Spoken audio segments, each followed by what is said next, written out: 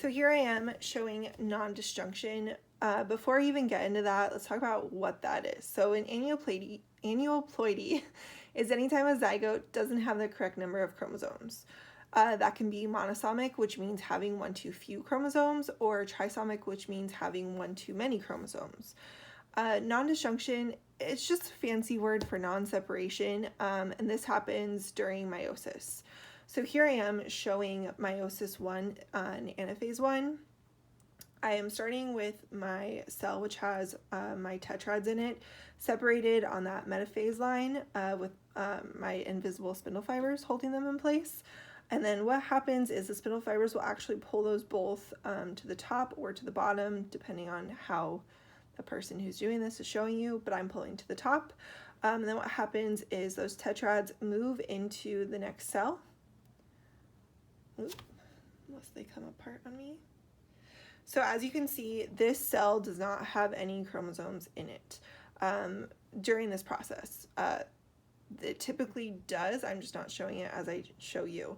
So what then happens is our tetrads split into our sister chromatids. So each of these cells will get our sister chromatids, which means just matching chromosomes.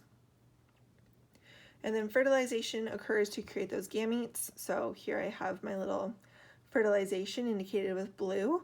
And then the chromosomes move into new cells once they are fertilized.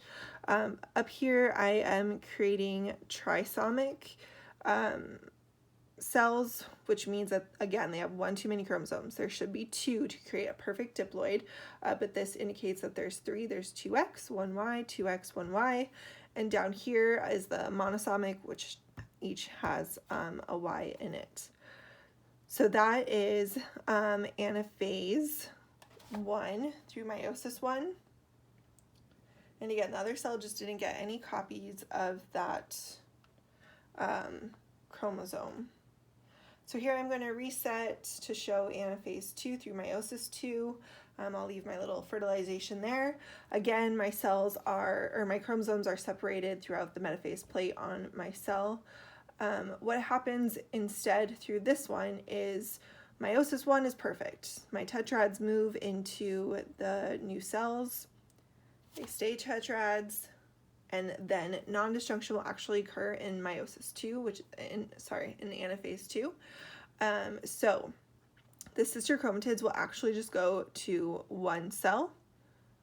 Again, there are chromosomes in this, it's just not showing it. And then this tetrad will split into the normal way it should be, with one chromosome in each. Then they get fertilized. Moving into the new cell, I'm going to represent a trisomic cell here. Again, 2x, 1y, and then here's my monosomic cell with just my 1y. And then down here on these cells, these are actually going to be the normal diploid cells, so there should be 1x, 1y that's represented. And we have that. So again, trisomic, having one too many, monosomic, having one too few. And that is non-disjunction through anaphase 1 and anaphase 2.